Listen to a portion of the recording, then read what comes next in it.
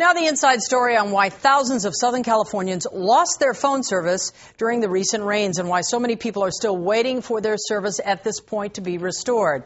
AT&T and Verizon both blame the outages and the repair delays on all the heavy rains we've had. But investigative reporter Joel Grover has been digging deeper, and he's uncovered what insiders say is the rest of the story.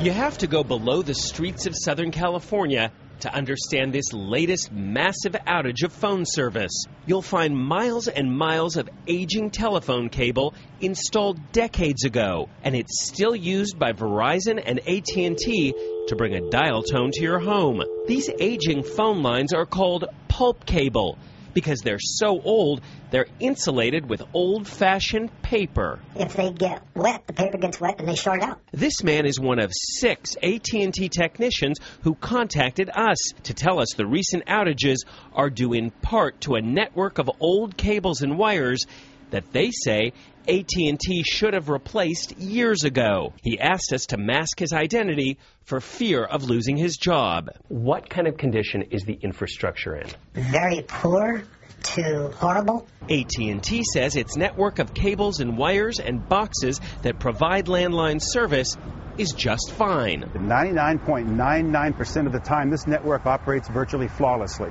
There are problems. There are issues. Problems like when there are huge rains that knock out phone service to customers like Elizabeth and Tim Bennett of Winnetka, who were told by AT&T they'd have to wait 3 weeks to get their phone working again. That's insane.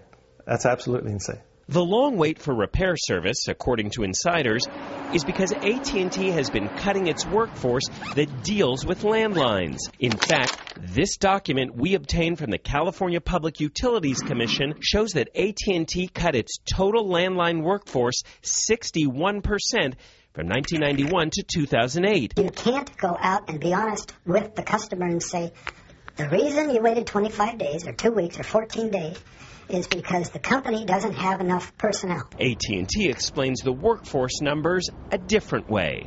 I actually have more technicians right now than I had in 2005, which is why your data seems servicing landlines. They're servicing television, too. They're doing UVerse, okay? AT&T says more and more of its workforce is focusing on newer technologies. Consumer groups say the company just doesn't care much anymore about its landline business.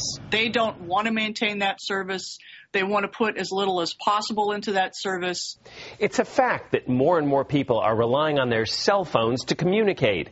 But keep in mind, 70% of Southern California homes still have landlines, and many of those homes will depend on those lines for years to come. I'm investigative reporter Joel Grover. Although our story focused more on AT&T, Verizon also responded to our investigation.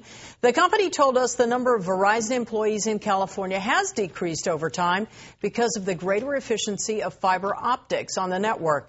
As for the current outages, Verizon says it has brought in more staff to address the reports of trouble.